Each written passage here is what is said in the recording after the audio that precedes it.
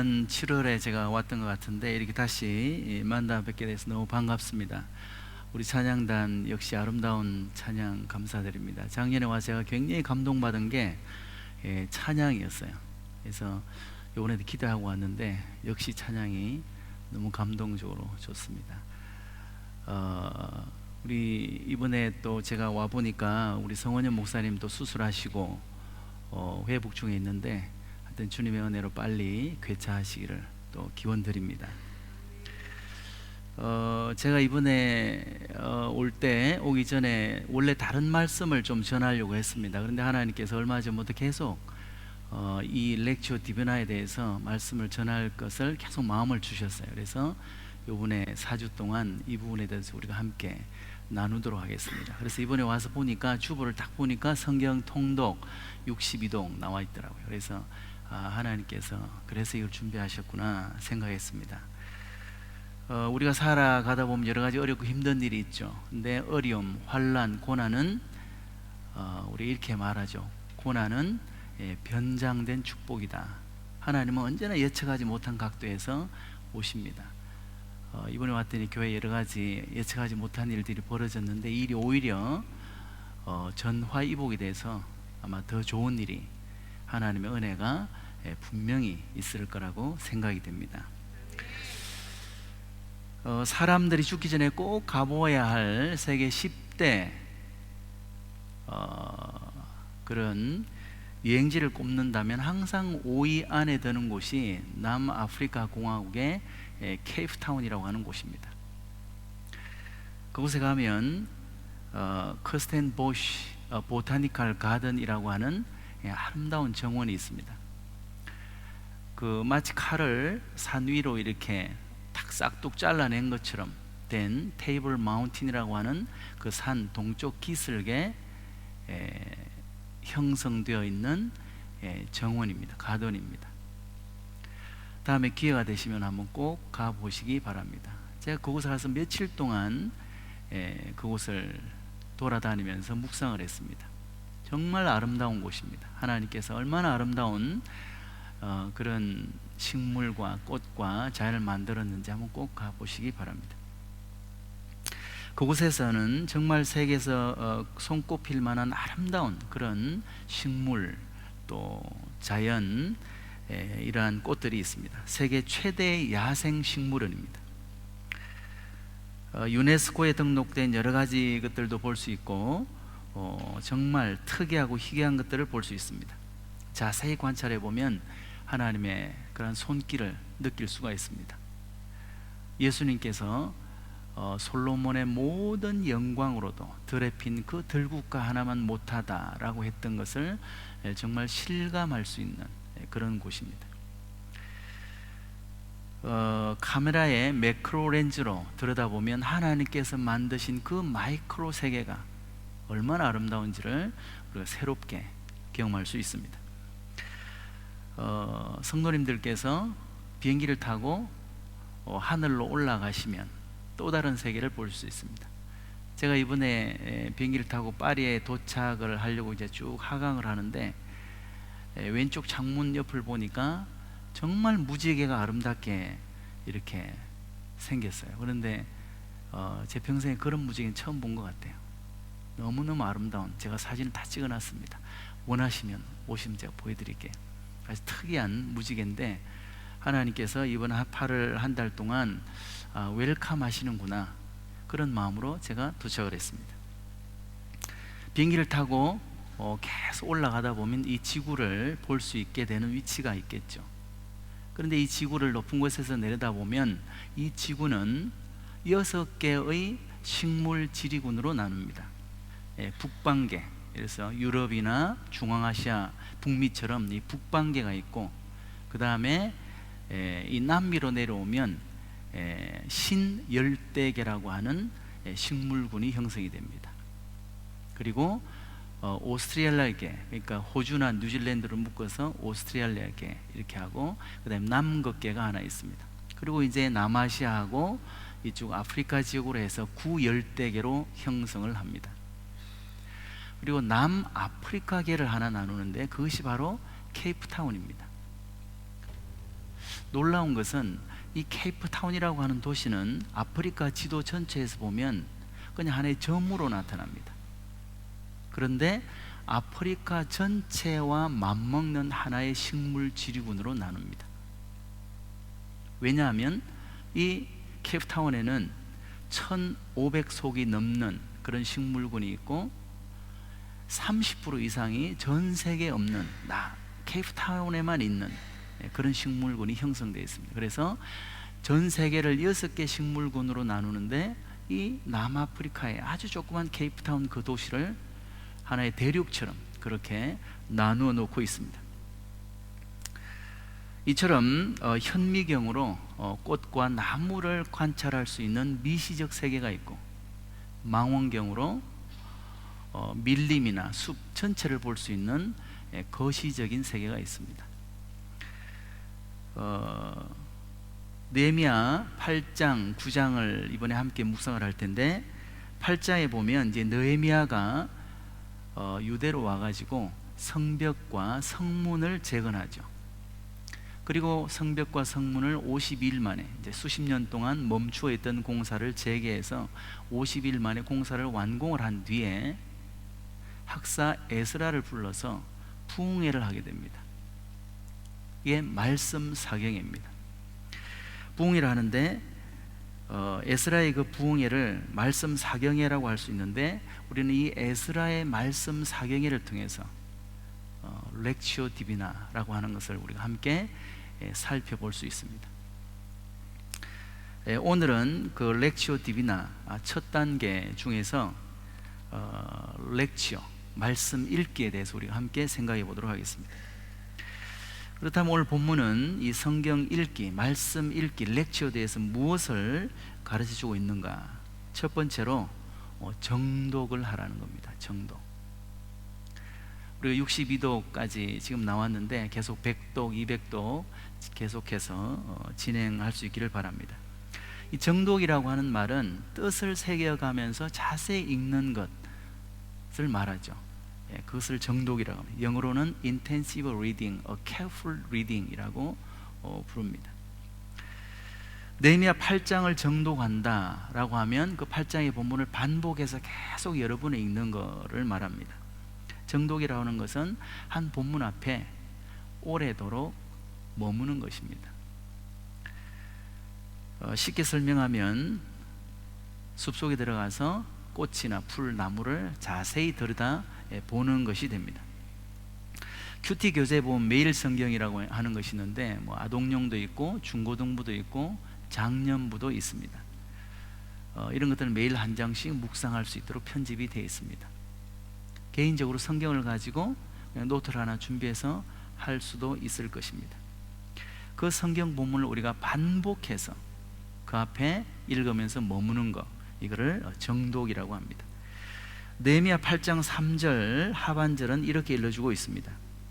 뭇 백성이 그 율법책에 귀를 기울였는데, 성경을 정독할 때 가장 중요한 것은 뭔가 하면 귀를 기울이는 것. 귀를 기울이는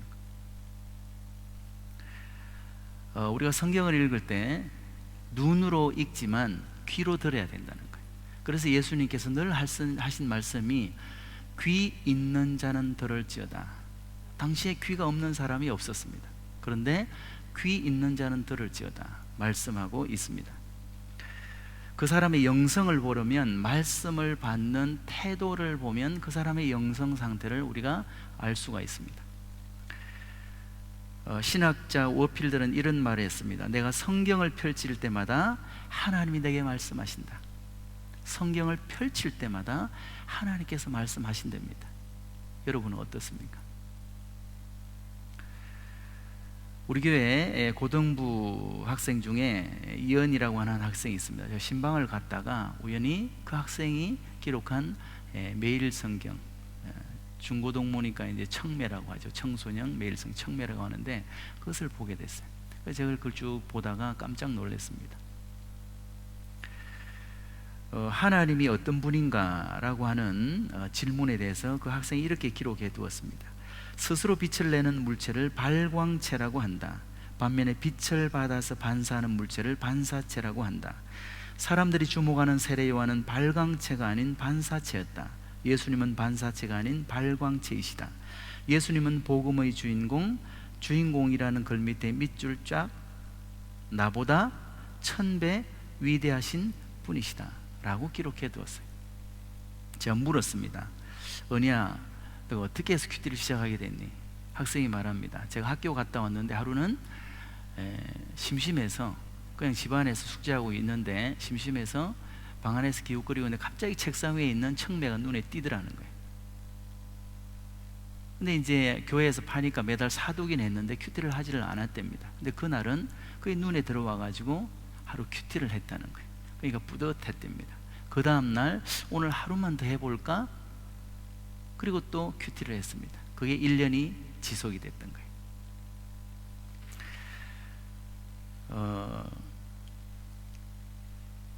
은희 학생은 큐티를 매일 하루도 빠짐없이 1년을 지속을 했습니다. 그때 제가 갔었습니다. 그래서 이제 그 친구들인 큐티를 안 하는 친구들이 많기 때문에 친구들은 왜 큐티를 안 하냐고 생각이 드냐 물었더니 이 매일 성경을 가지고 큐티를 하다 보면 꼭 숙제하는 것 같다는 거예요. 공부를 다 하고 또 숙제하는 것 같아서 하기가 싫다는 거예요. 어른들은 큐티를 잘 하지 않는 이유, 말씀을 묵상하지 않는 이유가 뭐 바쁘다 또는 피곤하다. 맞습니다. 바쁘고 피곤하죠. 그런데 우리가 왜 성경을 정독해야 되는가? 우리가 성경을 정독하는 것은 하나님의 음성을 듣기 위해서입니다. 제가 은희 학생에게 물었습니다. 큐티하다가 혹시 하나님의 음성을 들은 적이 있느냐 물었더니 은희가 이렇게 대답합니다. 제가 친구들에게 이야기할 수 없고 부모님들에게도 말할 수 없는 그런 사연이 있었는데 그것을 하나님께 기도를 했다고 합니다. 근데 하나님께서 응답을 하는 것 같지도 않고 그래서 그게 이제 소가리를 앓고 있었습니다. 그런데 그날 큐티를 하는데 그 큐티 내용 그 본문 중에 어떤 본문이 있었냐 하면 하나님께서 내가 너의 기도를 들었다 라고 하는 본문을 읽게 된 거예요.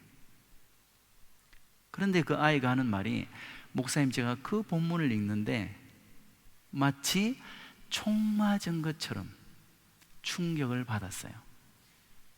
그리고 하나님께서 정말 내 기도를 들으시는구나 를 알았다는 거예요. 그리고 그날 침대에서 펑펑 울었다고 이야기를 했습니다. 이처럼 우리가 성경 말씀을 지속적으로 읽고 그 앞에 머물 때 그리고 귀를 기울여서 머물 때 하나님께서는 우리의 마음을 통해서 말씀하시기 시작합니다. 느헤미야 8장 9절 상반절에 이렇게 일러주고 있습니다. 백성이 율법의 말씀을 듣고 다 우는지라. 듣고 어제 들은 말씀 내일 들은 말씀이 아니라 오늘 현재 진행형으로 hearing his voice 그의 말씀을 듣고 있느냐 하는 거예요. 내 마음에 주님의 말씀이 들려오기 시작하면 때로 마음이 울컥하고 눈물이 나오기도 하고 감정에 복받치기도 하고 가슴을 치기도 하고 마음을 찢기도 합니다. 이 말씀이 율법의 말씀을 듣고 다 울었다는 거예요. 여러분은 어떻습니까? 성경을 읽다가 마음에 찔림을 받고 감동이 되어서 눈물을 흘려 보신 적이 언제입니까? 일주일? 한 달? 혹시 3년? 하나님의 말씀은 우리의 마음을 출렁이게 합니다. 동일한 햇빛이 내리쬐는데 진흙은 굳게 하고 얼음은 녹입니다. 내 마음이 어떠냐에 따라서 하나님의 말씀이 내 마음을 굳게도 하고 얼음처럼 녹이기도 한다는 거예요. 우리가 어디서 성경을 읽어야 하는가? 이스라엘 백성들은 수문 앞 광장에서 읽었답니다. 수문, 워터게이트 사건이 벌어진 거예요. 하나님께 집중할 수 있는 장소라면 어디든 상관이 없습니다. 우리가 언제 말씀을 읽고 묵상해야 될까? 하나님께 집중할 수 있는 시간이라면 어떤 공간, 어떤 시간이라도 상관이 없을 것입니다. 우리가 성경을 정독할 때 가장 중요한 것은 뭇백성이 그 율법의 말씀에 귀를 기울였다는 거예요. 귀를 기울였다는 거예요. 우리가 하나님 말씀에 귀를 기울일 때 하나님의 말씀은 내 마음에 들려오기 시작합니다. 하나님의 말씀이 내 영혼을 터치하기 시작합니다. 하나님의 말씀이 내 마음을 두드리기 시작합니다. 노크하기 시작합니다. 그리고 내 마음을 열 때 그 말씀이 나의 속에 들어와서 나를 사로잡기 시작합니다. 처음에는 말씀을 내가 붙드는 것 같은데 어느 순간이 되면 그 말씀이 나를 붙들기 시작합니다. 그런 경험을 꼭 한번 해보실 수 있기 바랍니다. 사도 바울이 말합니다. 내가 말씀에 붙잡힌 바 되어. 처음에는 내가 말씀을 붙들지만, 성경을 독도하기 위해서 또 말씀을 읽기 위해서 붙잡지만 어느 순간 변곡점이 옵니다. 그 말씀이 나를 붙들기 시작합니다. 그때 여러분의 심령 속에 하나님의 말씀이 터치하기 시작합니다.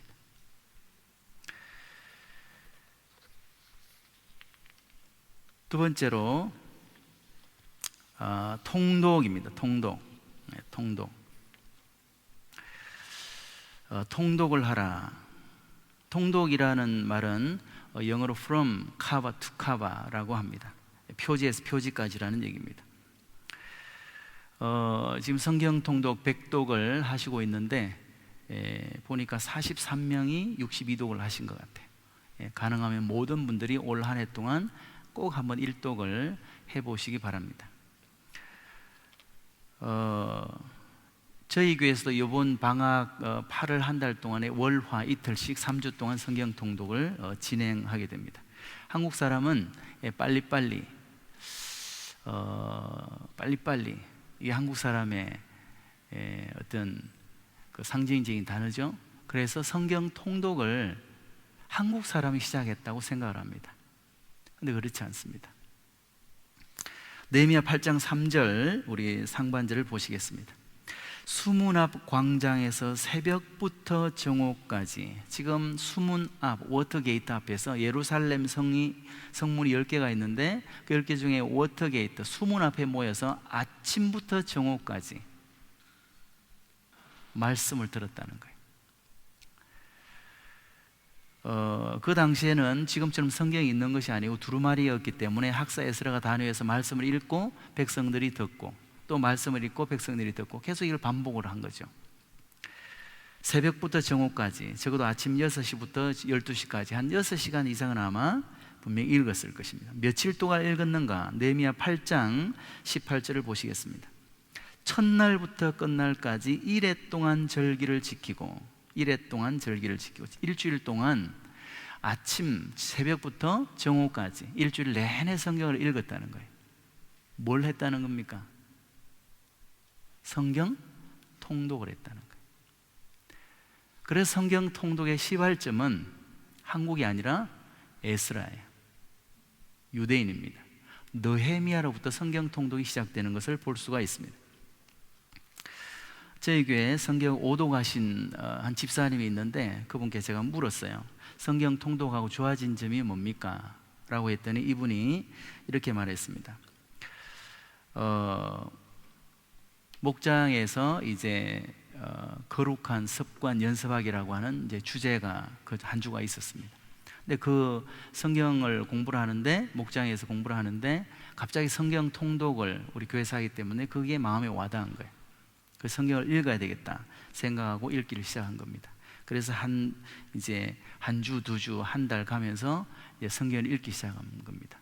처음에는 그게 와닿지도 않고 막 너무 힘이 들고, 그런데 하나의 마음을 주셔서 1독을 했습니다. 내친 김에 2독, 3독, 5독까지 간 거예요. 그리고 제가 물었습니다. 뭐가 좋아졌느냐 했더니 일단 이분이 원래 하루 종일 뎁데이트를 보시던 분입니다. 한국 드라마를 계속 낮에 보시던 분인데 첫째로 드라마를 안 보게 된다는 거예요. 그 다음에 마음이 편안해진다는 거예요. 그리고 성경을 반복해서 계속 읽다 보니까 교회에 와서 목사님 설교가 들어오기 시작한다는 거예요. 설교가 쏙쏙 들어온다는 거예요. 그리고 예배 시간, 설교 시간, 말씀 있는 시간이 기다려진다. 그래서 TV와 멀리하게 됐다는 거예요. TV, 인터넷이 저절로 그냥 멀어졌다는 거예요. 삼독을 하신 또 다른 집사님께 제가 물었습니다. 뭐가 좋아졌느냐 그랬더니 이분은 자기의 생활이 정리된 느낌이 들었다고 했습니다. 성경을 통독하다 보니까 당연히 인터넷도 멀리하게 되고 생활이 정리되기 시작해요. 삶이 단순해지고 심플해지고 복잡해지지 않다는 거예요. 그리고 아이들에게 너무 좋다는 거예요. 자기 몸이 약해서 늘 누워있는 모습만 보여줬는데 성경을 읽다 보니까 아이들에게 좋은 모습을 보여줄 수 있어 좋았다라고 얘기합니다. 그리고 영적으로 깨어있어서 좋았다라고 얘기를 했습니다. 이 두 분의 공통분모는 TV나 드라마나 인터넷이 자연적으로 멀어지고 그리고 말씀이 다가오기 시작했다는 거예요. 그리고 그 앞에 계속 머물다 보니까 설교 말씀도 예배 시간도 전혀 달라지기 시작하는 겁니다. 그리고 염려 걱정이 사라지면서 마음의 평안이 찾아오기 시작하는 거예요. 성경 통독을 하면서 우리가 얻는 유익 중에 가장 두드러진 부분은 아마 숲을 볼 수 있다고 하는 것일 겁니다. 정독이 숲속의 꽃과 나무를 자세히 들여다보는 거라면 통독은 밀림이라 또는 숲 같은 것을 보게 되는 것입니다. 서구 사람들이 분석적이라면 동양 사람들은 통전적이라고 할 수 있습니다. 하버드 대학에서 몇 년 전부터 새롭게 학문간의 융합을 시도하고 있습니다. 그래서 이거는 융합되는 그런 학문이 화두로 되고 있습니다. 성경 통독은 바로 내 신앙의 모습을 전체 융합해주고 통합해주고 통전적으로 만들어주는 그런 장점이 있습니다. 4,000년 이상 넌픽션의 이야기가 1754페이지 분량으로 이루어져 있습니다. 그걸 일주일에서 한 30일, 한 달 만에, 일주일 만에 읽는다는 것은 정말 놀라운 일입니다. 4,000년 역사를 우리가 쭉 같이 호흡하고 내려간다는 뜻입니다. 그런데 그렇게 통독을 하다 보면 그 성경의 그 대하 드라마 밑에 지하수처럼 흐르는 그 하나님의 마음을 우리가 보게 됩니다. 그리고 그 지하수처럼 흐르는 하나님의 마음을 접촉하기 시작하면 거기서 흐르는 놀라운 생수를 우리가 경험하게 되는 것입니다. 또한 성경을 통독하면서 새롭게 경험하는 것들이 있는데 그것이 뭔가 하면 주연과 조연이 바뀐다는 거예요. 좀 전에 말씀드렸지만 처음에는 내가 성경 말씀을 붙드는데 성경을 내가 붙들고 씨름을 하는데 어느 순간이 되면 그 말씀이 나를 붙들기 시작합니다. 말씀이 나를 붙들기 시작하면서 주연과 조연이 바뀌기 시작합니다.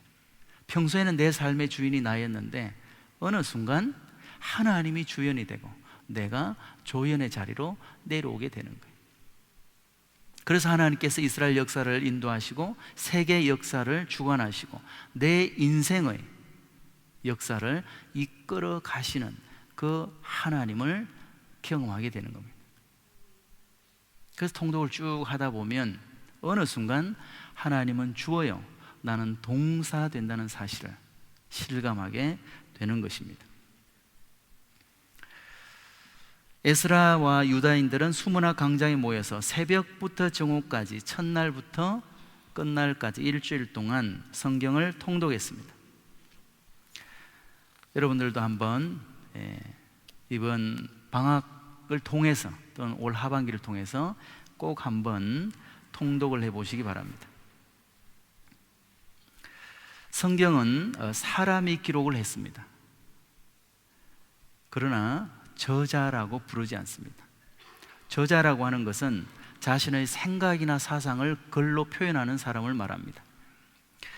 성경의 저자는 사람이 아니라 하나님입니다. 사람의 손을 빌어 썼지만 하나님이 저자이기 때문에 모세를 성경 저자라 하지 않고 기자라고 합니다. 베드로후서 1장 20절 이하는 이렇게 기록해 주고 있습니다. 먼저 알 것은 성경의 모든 예언은 사사로이 풀 것이 아니니 예언은 언제든지 사람의 뜻으로 낸 것이 아니라 오직 성령의 감동하심을 받은 사람들이 하나님께 받아 말한 것임이라. 성령 하나님께서 감동을 주셔서 기록을 했다는 거예요. 그래서 우리가 스스로 머리로만 풀 수 없는 하나님의 메시지가 있습니다. 제가 읽은 책 중에 하버드 경영대학원에서 10년 동안 마케팅을 가르쳤던 문영미 교수가 쓴 디프런트라고 하는 책이 있습니다.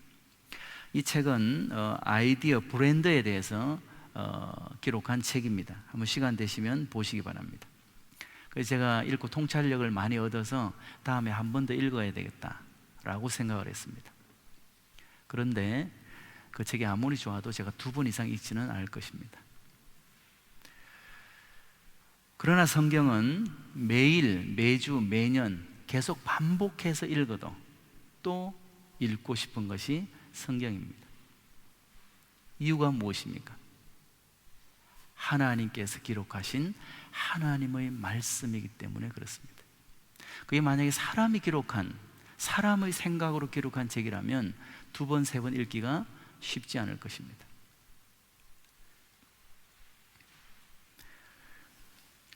이제 성경의 세계를 한번 정리하겠습니다. 어떤 사람은 성경의 한 구절 앞에서 1시간을 머물 수도 있을 것이고, 하루를 머물 수도 있을 것이고, 일주일을 머물 수도 있을 것입니다. 저는 시편 46편 10절 너희는 가만히 있어 내가 하나님 됨을 알지어다 라고 하는 그 말씀 앞에서 저는 1년을 머문 적이 있습니다. 너희는 가만히 있어 내가 하나님 됨을 알지어다. 1년을 머물렀더니 정말 하나님의 발이 보이는 거예요. 하나님의 손이 보입니다. 하나님이 하시는 일이 보이기 시작해요. 하나님이 움직이는 게 보여요.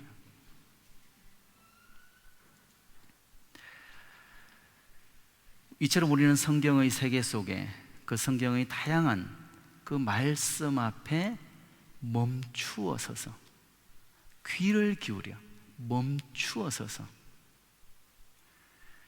귀를 기울여 멈추어 서서 주의 음성을 들어야 합니다. 이것을 intensive reading, 정독이라고 합니다. 하나님 앞에 머물러라는 거예요. 정독의 가장 키포인트는 하나님 앞에 머무는 것입니다. 내가 왜 이렇게 변하지 않나? 내가 신앙생활을 5년하고 10년하고 제자훈련 받는데 왜 이렇게 변하지 않나? 하나님 앞에 머물지 않아서 그래요. 이스라엘 백성들이 광야에 출애굽을 할 때 광야에서 백성들이 문제가 생겼습니다. 하나님께서 모세에게 명령을 합니다. 각 지파별로 지팡이 하나씩을 가져오게라. 12개를 가져왔습니다. 그리고 그것을 언약궤, 지성소 안에 언약궤 앞에다가 두라 그랬어요. 그래서 모세가 12개를 언약궤 앞에 갖다 뒀습니다. 이튿날 아침 무슨 일이 벌어졌습니까? 그 막대기라고 하는 것은 생명이 단절된 나무입니다. 그런데 이튿날 아침 싹이 돋고 잎이 피고 살구 열매가 맺었다고 성경은 기록해 주고 있습니다. 단 하룻밤 머물렀는데, 지성소가 뭡니까? 하나님의 임재가 임재를 상징하는 곳에, 하나님이 계시는 곳에, 그 하나님의 임재 앞에 단 하루 저녁 머물렀는데 변했습니다. 존재가. 하나님 앞에 한번 머물러 보시기 바랍니다. 이것이 정독입니다. 반면에 from 카바 to 카바, 통독도 필요합니다. 지구상의 식물을 6대 지력으로 분류합니다. 마찬가지로 성경도 6대 지력으로 분류할 수 있습니다. 창세기부터 시작해서 쭉 사무엘서, 열왕기까지, 느헤미야까지 역사서가 있습니다. 그 다음에 욥시 잠언, 시가서가 있죠. 그 다음에 이사야부터 쭉에 선지서가 있습니다. 신약에 보면 복음서가 있죠. 사도 바울 서신서가 있죠.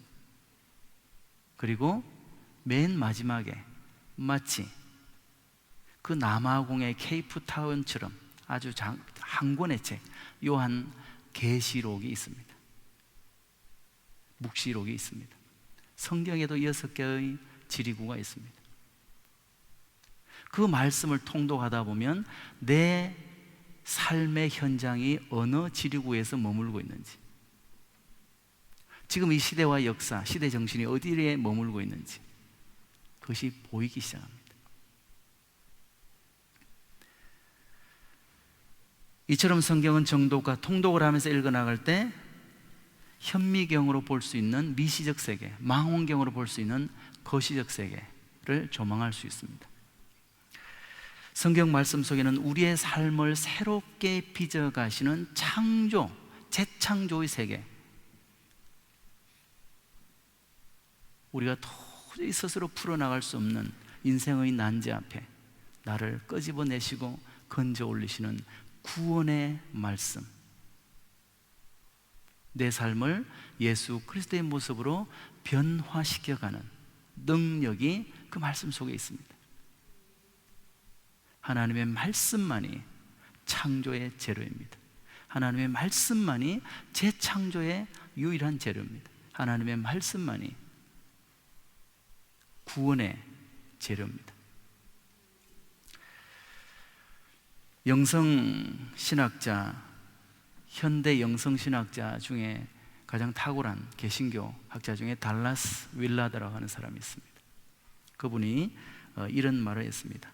악이 존재하는 주요 형태는 습관이다 그랬어요. 죄, 악이 존재하는 주요 형태가 습관이라는 거예요.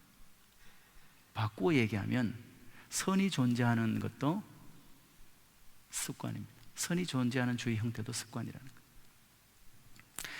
그러므로 매일 성경을 정독하고 성경을 통독하는 거룩한 습관을 연습하심으로 하나님의 말씀이 나를 변화시키는 그 말씀의 세계를 경험해 보시기를 주의 이름으로 축원드립니다.